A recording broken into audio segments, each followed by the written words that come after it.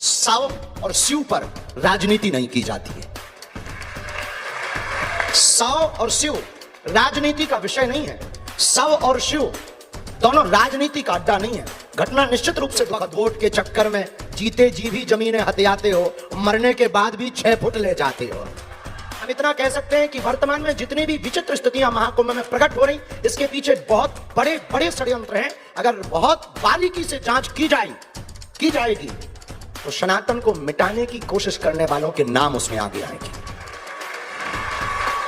किया कुछ हमारे मित्र हैं कम्युनिस्ट बुद्धि के, वो हमसे जुड़े हुए हैं और हमें फोन लगा के कह रहे थे अब बाबा आप क्या कहोगे, पर्ची खोलोगे? तो हमने कहा बिल्कुल खोलेंगे। वो हमारे मित्र हैं, बहुत अच्छे मित्र हैं। उन्होंने कहा कि इतने महात्मा, इतने साधु, इतने जपी, इतने तपी, फिर भी इस घटना पर आपका क्या विचार? हमने कहा बाहर में गया, बाबा बनाना ही है तो कान का पड़वा नागा ही बना दो। और हम तैयार हैं। अगर कोई हमसे पूछेगा तो हम ऑफिशियली इसलिए नहीं बोल सकते हैं क्योंकि हमें अपनी परंपरा का निर्वहन करना और कुछ दिनों तक और जिंदा भी रहना। मरना सबको है पर कुछ दिनों तक और जिंदा रहना है ताकि उनकी ठटरी बारते रहेंगे। श्रद्धा का यहाँ उबाल है, सनातन का उबाल है। और ये भारत वर्तमान समय में नया इतिहास सनातन का कर रहा। कल तक जो भारत के हिंदुओं पर मजाक की दृष्टि से देखा जाता था, वही भारत इतना अनूठा और प्रबल हो रहा है कि सनातन को गौरव की दृष्टि से देखकर भारत का परिचय प्रारंभ हो रहा है। कुछ लोग कह रहे थे ये बकबोट की जमीन। हमने कहा भाई साहब ये तुम्हारे अब्बा की नहीं, हमारे बब्बा की है। ये माताओं बहनों का तो हम स्वागत करते ही हैं। स्टीव जॉब्स की पत्नी भी आती है तो कमला बना करके माला पहनाकर उसका स्वागत करते हैं और उसको भी डुबकी लगवाते हैं। उसको भी रूप से ये जो घटना हुई वो निंदनीय हुई है और बहुत विचित्र हुई है। पर एक बात बोले, ये महाप्रयाग है, मृत्यु सबकी आनी है, एक दिन मरना सबको है। पर कोई गंगा के किनारे मरेगा तो वो मरेगा नहीं, मोक्ष पाएगा। अच्छा कुछ लोग अच्छा एक सज्जन हमसे कह रहे थे आप हिंदू मुसलमान करते हो? उनका नो, हम तो केवल हिंदू करते हैं, हिंदू मुसलमान तो हम करते ही नहीं है। और हमें क्या पड़ी है? हम अपने सनातन का परिचय ये बताना चाह रहे हैं कि हमारा सनातन कितना विराट है, कितना अद्भुत है, कितना भव्य है, कितना दिव्य है कि तुम अपनी माताओं बहनों को मस्जिदों में एंट्री नहीं दिलवा पाए। और हम उस सनातन से आते हैं कि हमारी माताएं बहनें मंच पर बैठ करके समानता के साथ बोलती हैं और भोग्या नहीं पूज्या मान करके स्वागत करते हैं। यहां मरे नहीं है कोई। हाँ ये है कि असमय चले गए तो दुख है, पर जाना तो सबको है। भारत का महात्मा कितना उदार होता है ये मौनी अमावस्या को हम सब ने देखा है। तो नहीं हुई है, सच कहें उनको मोक्ष मिला है। कितना विराट होता है ये हम सब ने महाकुंभ में आकर के देखा है। कोई 20 साल बाद जाएगा, कोई 30 साल बाद जाएगा, हमें भी जाना, तुम्हें भी जाना। वो असमय चले गए तो इस बात का दुख है। आप बचोगे, आपका तन बचेगा तो सनातन बचेगा, आपका तन बचेगा तो भारत वतन बचेगा।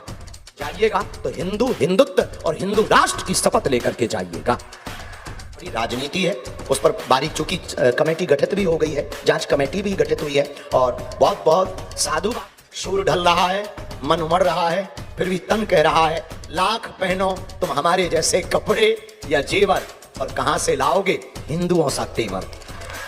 नमः गुरुभ्यो गुरुपादुकाभ्यो नमः परिभ्या परपादुकाभ्या आचार्य सिद्धेश्वर पादुकाभ्यो नमोस्तु सीतापति पादुकाभ्या। संत बड़े परमार्थी भेष धरे अवधूत, राम नाम को गोला फेंके भाग जाएं सब भूत।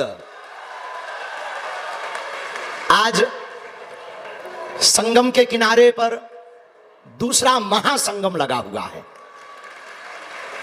हम सबको बड़ी प्रसन्नता है कि हम संतों के दर्शन कर रहे हैं। पर यह आयोजन एक ऐसी स्थिति हुई महाकुंभ में निर्मित, बहुत दुखद हुई, हृदय विदारक हुई। लेकिन हमारे संत कितने उदार हैं।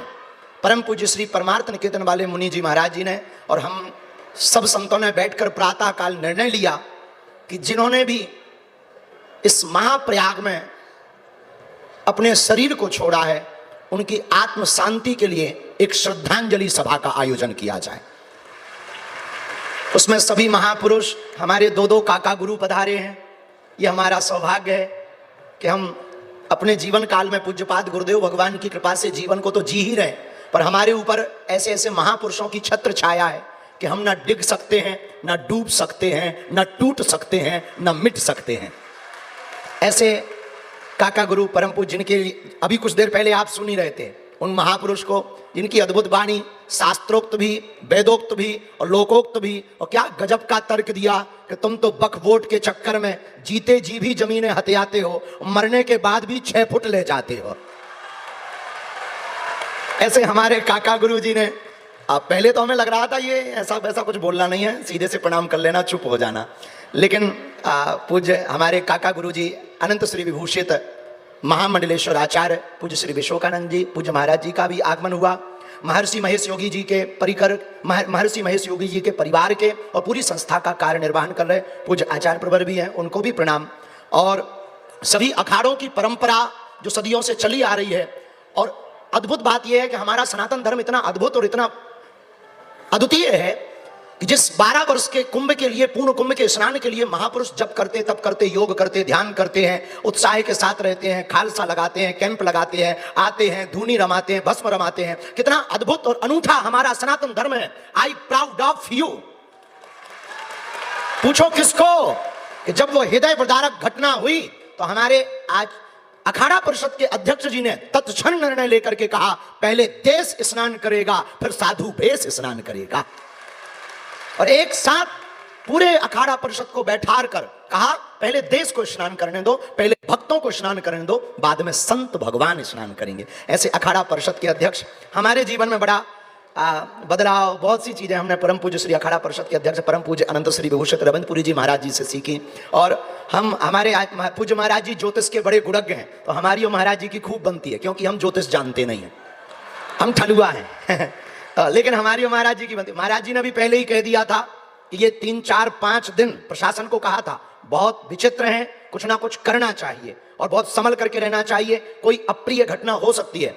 और जब हमें पता लगा तो हमने भी एक वीडियो के माध्यम से भेजा कि कृपा करके इस स्थिति से बचा जाए। तो ऐसे परम पूज्य श्री अध्यक्ष अखाड़ा परिषद के अध्यक्ष भगवान भी विराजमान है। और राजस्थान वीरों की भूमि है और हीरों की भूमि है।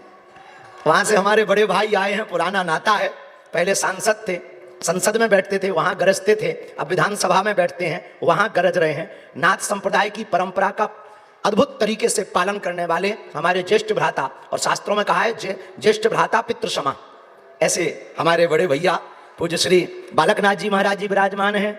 हमारी पीठ के, जिस पीठ और परंपरा की छत्र छाया से हमें छोटी मोटी इज्जत मिल जाती है, ऐसे तुलसी पीठ के आचार्य हमारे, अब हमारे लिए तो गुरु तुल्य भी है, पर हमारे बड़े गुरु भाई भी है, आयु में छोटे हैं पर दीक्षा हमसे पहले ले ली, और आप वैसे भी संन्यास में, हम तो गृहस्थी आदमी है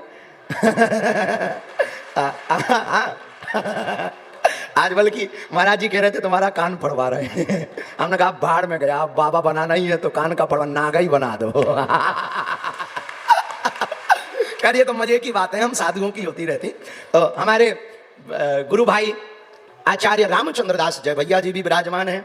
और दूसरी राजस्थान की दूसरी विभूति परम पूज्य आचार्य श्री अभयदास जी महाराज जी, जो माइक अभी पकड़े थे, हरिद्वार की भूमि से आए हैं। हरियाणा में भी बड़ा जलवा है और हमारे बहुत ही प्रिय आत्मीय, देश तो क्या विदेशों में ज्यादा पहचाना जाता है, आचार्य पूज्य श्री राम जी महाराज जी भी विराजमान है। पूज्या माँ भगवती जी भी विराजमान है। और उनके बगल में हम आज पहली बार मिले, पर दूरभाष से तो 2-3 बार हमारी वार्ता हुई। आपको सबने सुना है, बाल्यकाल से ही आपने भगवत चर्चा का प्रचार प्रसार किया। अनूठी ठाकुर जी की कृपा है। देवी चित्रलेखा जी भी विराजमान है। और आपने बहुत एक सूक्ष्म गागर में सागर भर करके अपनी बाड़ी को रखा। सभी संतगण, सभी आचार्यगण, अब कहना क्या, जो हमें कहना था वो हमारे काका गुरु जी ने कह दिया है।